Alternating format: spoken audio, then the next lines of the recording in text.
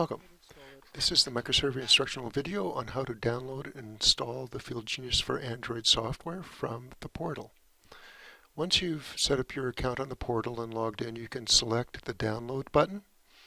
That will open the download page.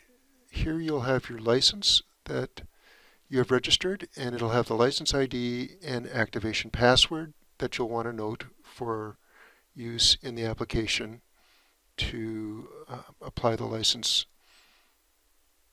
on the device. Once you've noted that, you can hit the download button, and this will start the download process to download the FieldGenius for Android installer to your Android device. The download will be placed in the downloads folder on your device. So once it's complete, you can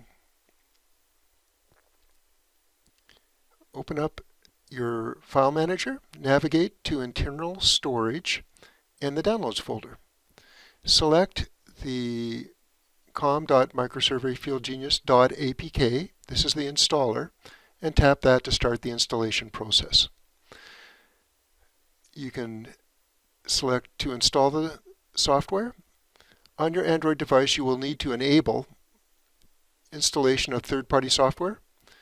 This is a flag usually in the settings. You'll have to check with your manufacturer and the OS for the exact instructions to turn that on.